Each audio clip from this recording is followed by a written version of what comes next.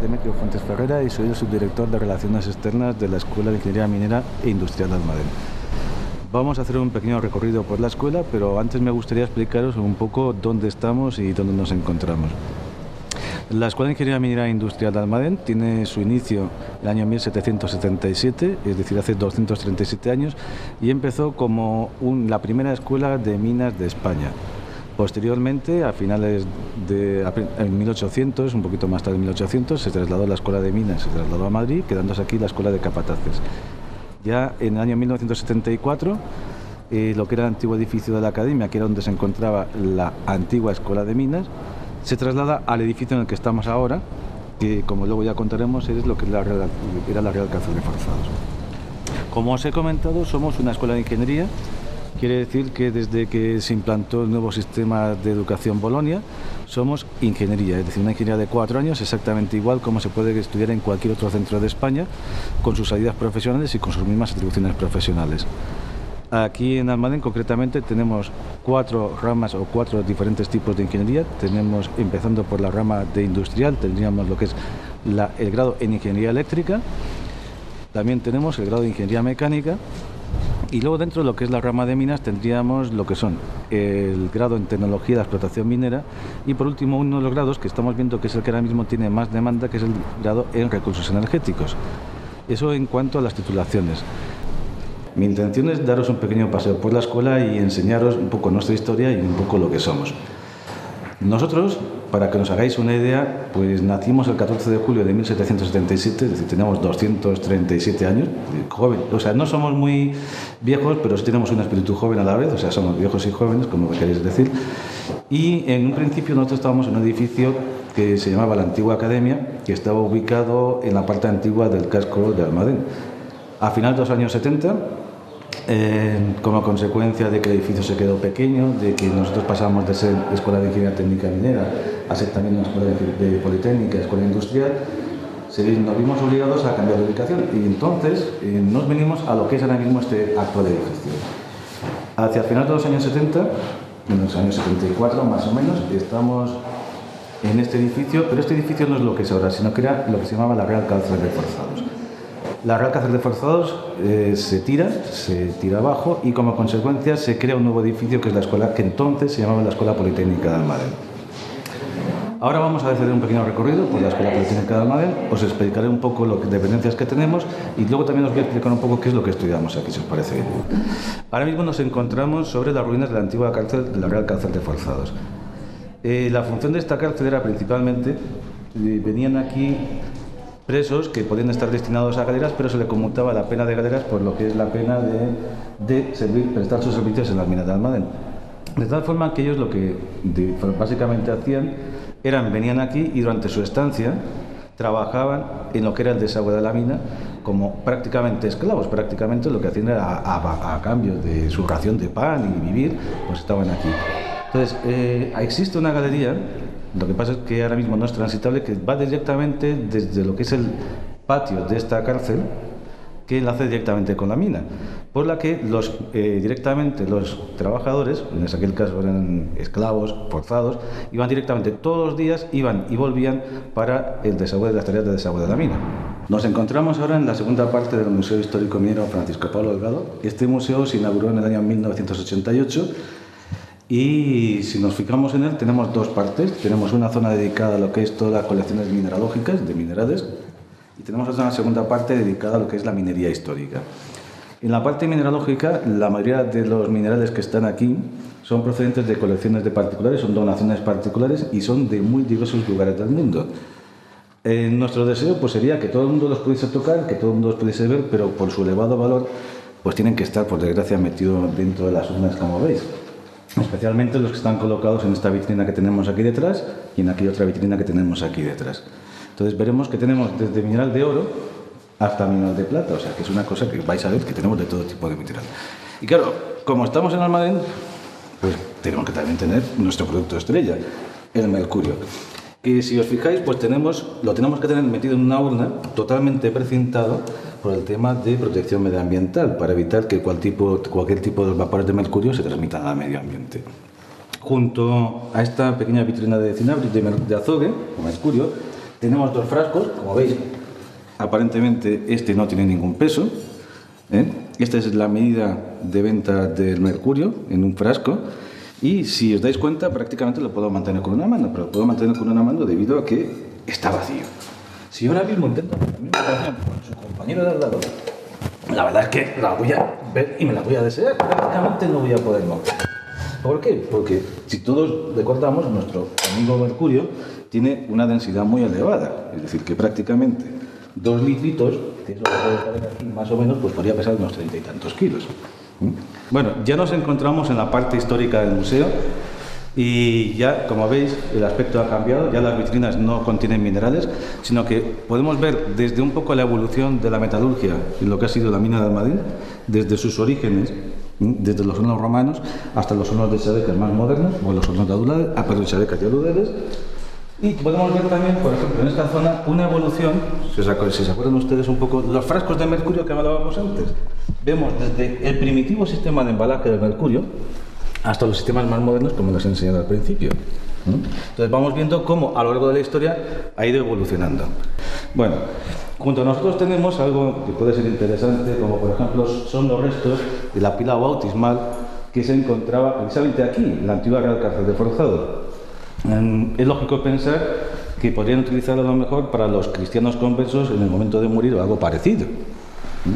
Detrás de mí pues podemos ver una serie de escudos que se han ido recuperando de algunas casas especiales, de algunas frontales especiales, y también vemos pequeñas miniaturas donde se ven distintas imágenes de lo que era Almadén a lo largo del tiempo, en el siglo XVII, siglo XVIII, siglo XIX.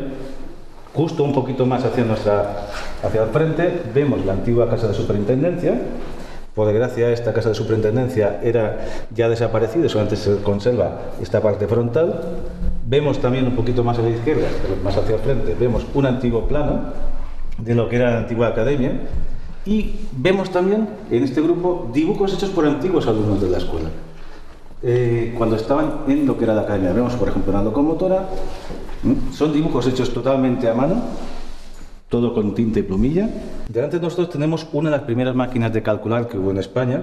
Vemos, por ejemplo, que tiene aquí su número de serie y era capaz de calcular con una precisión de hasta 8 dígitos. Es una de las pocas máquinas de este estilo que se conservan ahora mismo en España. Dentro del trabajo minero hay una parte muy interesante y necesaria siempre, que es la parte de topografía. En esta vitrina vemos en la estantería superior un conjunto de aparatos de topografía bastante antiguos, desde un nivel. Vemos un cronómetro de mina, vemos incluso una brújula excéntrica, que eran de los primeros sistemas que se utilizaban para levantar los planos de mina. En el segundo también vamos viendo otros sistemas de transporte, también de brújulas, donde el minero llevaba estos cajones y dentro llevaba todos los instrumentos y herramientas que necesitaba para tomar las mediciones en la mina. Aquí en la parte inferior vemos también una cadena decimétrica. Cada uno de estos trozos de cadena tiene una longitud determinada. Eran metálicas porque se consideraban que tenían menos deformación. Y en la parte inferior ya lo que vemos son útiles e instrumentos de análisis químico. Vemos, no sé si vemos aquí abajo una balanza de precisión perfectamente con todas sus pesas. Aquí también vemos aquí un instrumental del laboratorio de la Academia de Minas. Este es de principios del siglo XX. Y aquí, en esta otra vitrina, lo que ya tenemos es el conjunto, una colección de lámparas de mina. Vemos una colección de lámparas, junto con esta parte de abajo de las básculas, vemos desde lo que es una lámpara de mina de la típica lucerna romana, donde era la primera que teníamos, el paso ya al candil de Almadén, esta es la zona de Almadén, y luego ya pasamos hacia la zona de carburos de mina. Entonces aquí vemos el típico carburo de mina de Almadén, frente a la diferencia del carburo alemán, por ejemplo, que tenemos aquí, o el carburo austríaco que tenemos en otra parte, y ya las lámparas de seguridad muchísimo más modernas, como son las lámparas Davis. Es un casco de cartón piedra, es un casco que se utiliza en la mitad del siglo XX, entonces a mí no me hubiese gustado estar en el cuerpo de este minero si no hubiese caído una piedra en la cabeza, porque la verdad es que con una protección como esa, pues poco podíamos hacer.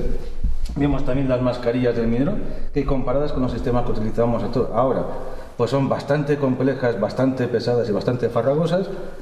Vemos diferentes útiles como martillo de geólogo, nada en comparación con lo que se utiliza hasta ahora, o sistemas de telecomunicaciones o de comunicaciones como este teléfono antiguo de mina.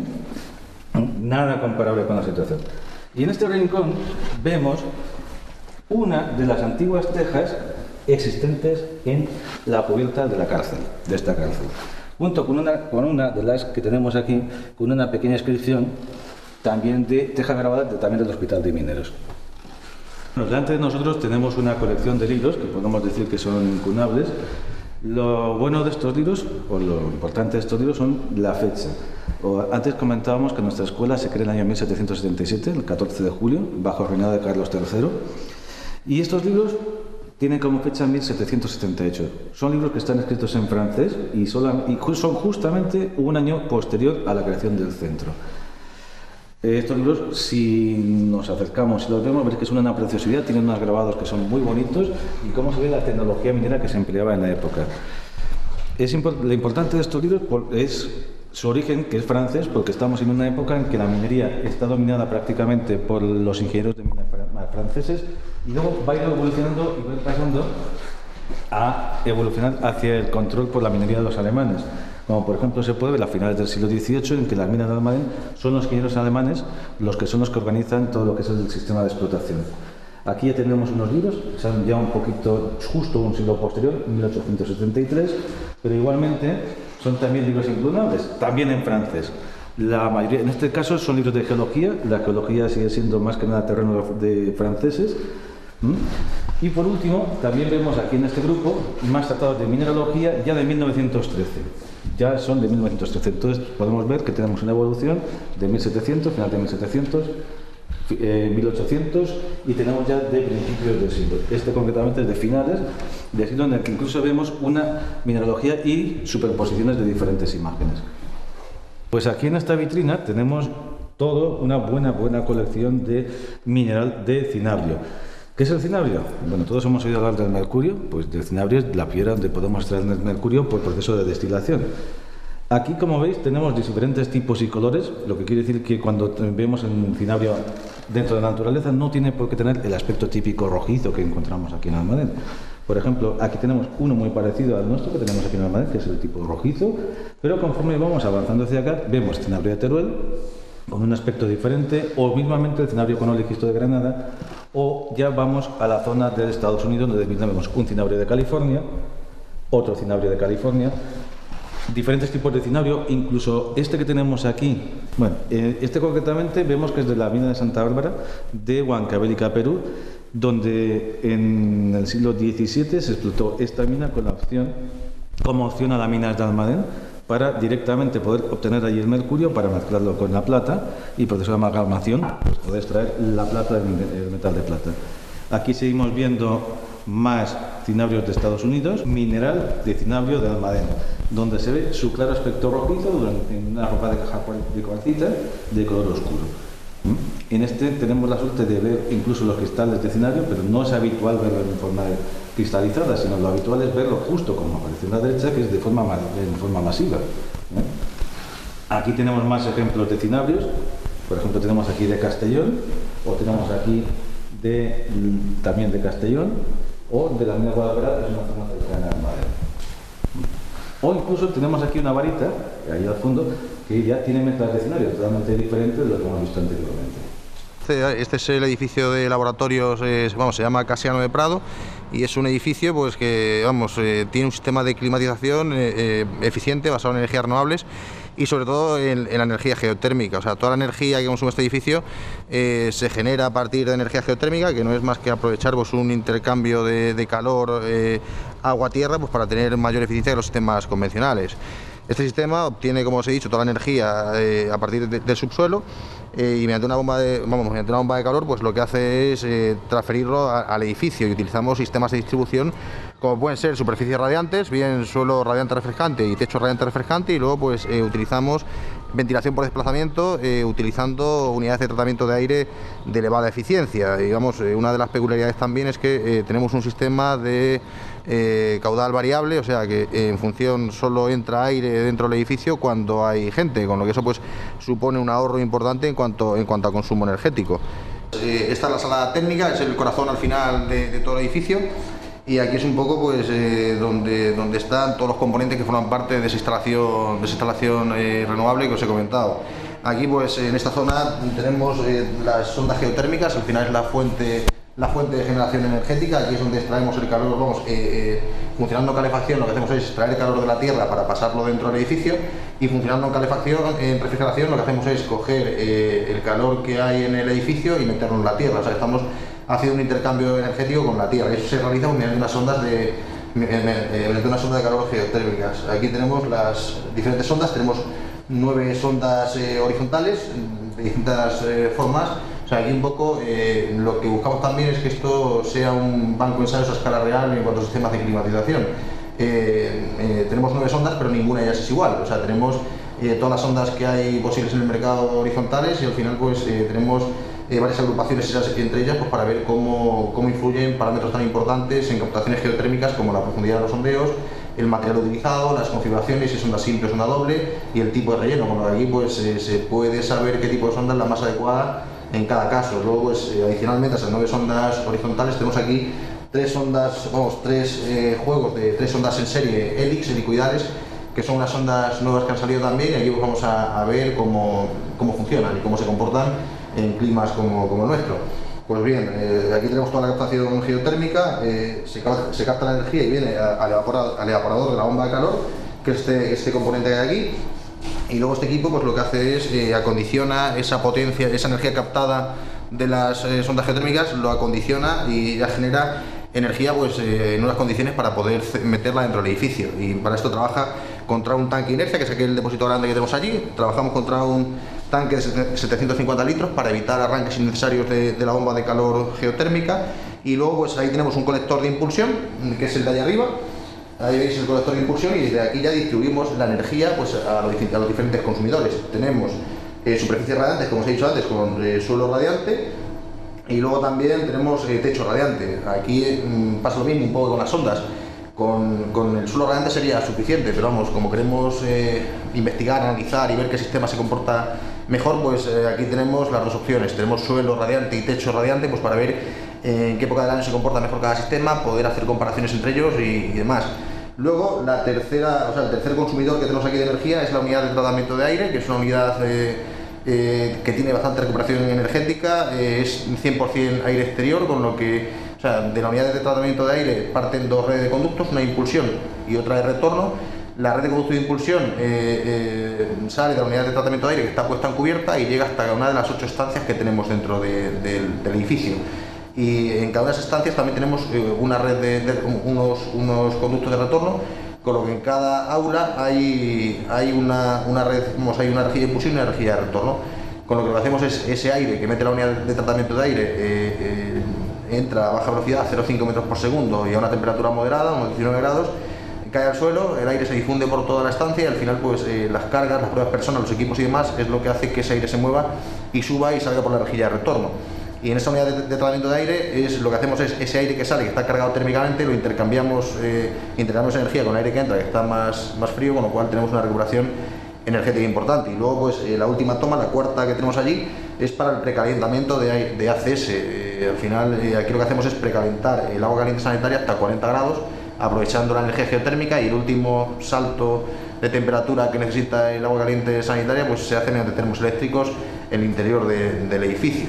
Así, y luego pues una instalación de este tipo, la puedes hacer todo lo bien que quieras, pero si no tienes un sistema de control adecuado, pues la instalación no funciona. Aquí tenemos pues toda esta parte, la parte tanto de eléctrica como de control de la instalación. Aquí tenemos los PLCs con sus entradas analógicas, digitales, sus salidas y demás. Y este es un poco el cerebro de la instalación. Tiene sondas de temperatura ambiente, sondas de temperatura exterior. Cada estancia tiene sondas de temperatura y humedad para controlar el suelo. Tenemos en la unidad de tratamiento de aire sondas de filtros sucios. Está todo bastante instrumentado, y más que queremos instrumentarlo ahora. Ahora pues esto está funcionando. El edificio lleva un par de meses funcionando correctamente, sin ningún tipo de problema con este tipo de sistemas.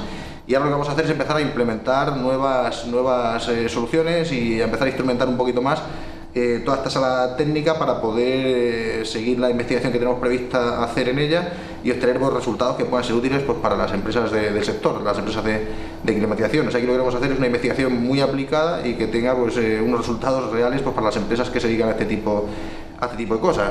Y se pueden hacer estudios se puede monitorizar las bombas de calor y ver pues cómo se comportan durante un año entero, ver los rendimientos que tiene puntuales, semanales, mensuales, anuales. Igual pues podemos trabajar también con las unidades de tratamiento de aire pues para ver cómo se comporta, también ver la diferencia que hay entre trabajar a caudal constante y caudal variable, porque tenemos la opción de ir a caudal constante en el que las compuertas siempre están abiertas, o bien a caudal variable en el que las compuertas se abren y cierran en función de unos detectores de presencia que tenemos en cada estancia, con lo que eso supone un ahorro energético importante, pero lleva un pequeño sobrecosto en cuanto a la instalación, porque tienes que meter variadores de frecuencia y demás. Pero vamos, en definitiva, pues son una serie de estudios y de análisis que se van a abordar aquí durante los próximos meses y años, con lo que realmente pues esto, como os decía antes, es un banco de ensayos a escala real en técnicas de climatización. Y muestra de ello también es la amplitud de esta sala. Las salas técnicas normalmente son mucho más pequeñas, pero esta sala tiene esa amplitud pues porque podemos comprobar cualquier componente de la instalación y lo podemos ensayar aquí. Por ejemplo, pues ahora tenemos esta bomba aquí colocada, la analizaremos, la estudiaremos, pero vamos, es muy probable que en un tiempo pues pongamos aquí otra bomba al lado, esta la dejemos fuera de servicio y pongamos la otra y podamos chequear y analizar también esa bomba, y así con cualquiera de los componentes que forman parte de la sala técnica. Igual se podrá hacer en cubierta con la climatizadora que tenemos, la unidad de tratamiento de aire y todo, o sea que realmente pues este edificio está climatizado con un sistema de energías renovables, pero en sí pues esto es un pequeño laboratorio en cuanto a distintos componentes de sistemas de climatización, o sea que aquí pues podemos ir cambiando los distintos componentes sin dejar nunca de climatizar el edificio, que es la función principal. Nos encontramos ahora mismo en el Laboratorio de Geoquímica de los metales pesados de la Escuela de Ingeniería de Almadén, y ahora con nosotros nos acompaña aquí un profesor, el profesor Ricardo, que ha venido directamente de la Universidad Autónoma de San Luis Potosí. Este profesor va a estar con nosotros durante 3 meses haciendo una estancia de investigación y ahora os va a acompañar un ratito y os va a explicar qué es lo que se hace en este laboratorio. Os dejo con él. Bueno, el laboratorio de geología se especializa en metales pesados, principalmente en mercurio, debido al pasado histórico de Almadén. Por ejemplo, aquí tenemos muestras de tipo geológicas que se tomaron en diferentes sitios. Podemos mostrarles a continuación muestras de diferentes valles, el Valle de Alcudia, de 2 minas que se llaman San Quintín y del valle en específico. Las muestras geológicas, para empezar, se guardan en bolsas de plástico debidamente rotuladas y se ponen a secar a temperatura ambiente. Estas muestras, posteriormente al secado, se siguen otros procesos para que se tome una alícuota y medir las cantidades de metales pesados. También en este laboratorio tenemos, se han tomado muestras atmosféricas que se datan en un equipo especial. También, como dije anteriormente, en mi caso, como soy ingeniero biotecnólogo, está trabajando más con muestras biológicas. Las muestras biológicas son partes de plantas o animales, en este caso van a ser plantas, en las cuales se trabaja para medir la cantidad de metales pesados como riesgo ecológico. Este riesgo puede generar un riesgo potencial para los animales y para la población, por lo cual es importante medir la cantidad de metales pesados en este tipo de muestreos. Las muestras geológicas, una vez ya secadas, se pasan a procesar. El proceso para tratar la muestra sigue varias rutas. Primero, ya una vez seca, se homogeniza. Y ya al homogenizar la muestra pasa a diferentes tipos de tratamiento. El primer tratamiento sería tratar de moler la muestra a una capa muy fina para tomar una alícuota más pequeña, como esta.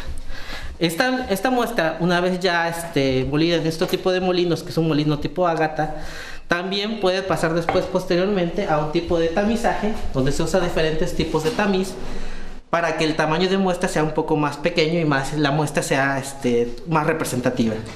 También tenemos otro tipo de equipos que sirven para que la alícuota sea muy más pequeña. Se usa el mezclador, que sirve para, una vez tomar diferentes, tiene 8 frascos y se toma un frasco para que sea representativa la muestra. Estos frascos se colocan en este tipo de equipo y aquí caen las diferentes muestras y se ve más representativo.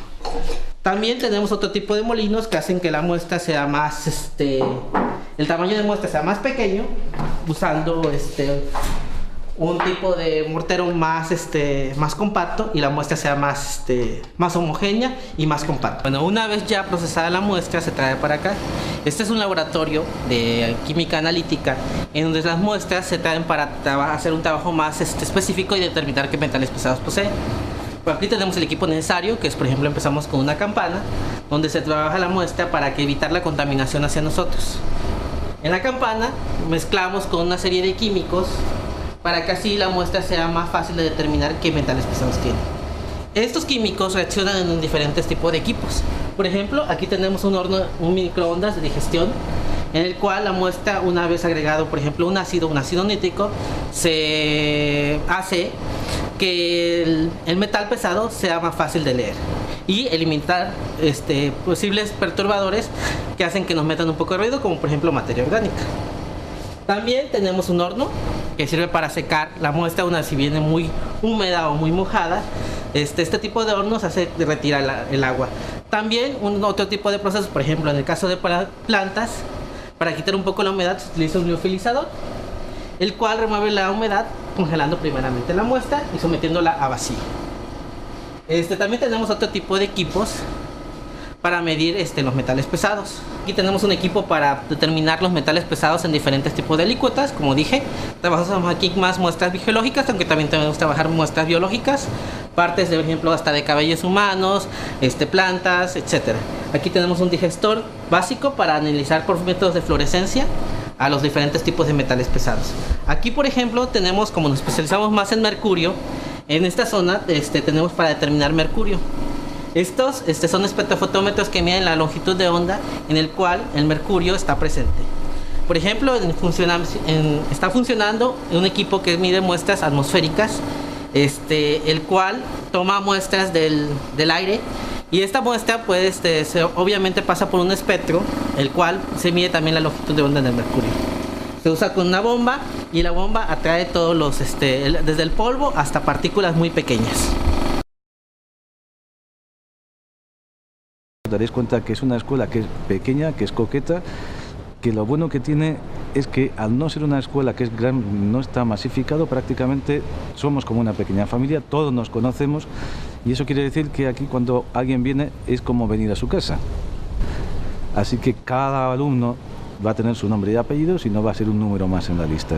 Por eso os invito a que vengáis a conocernos y a pasear por aquí.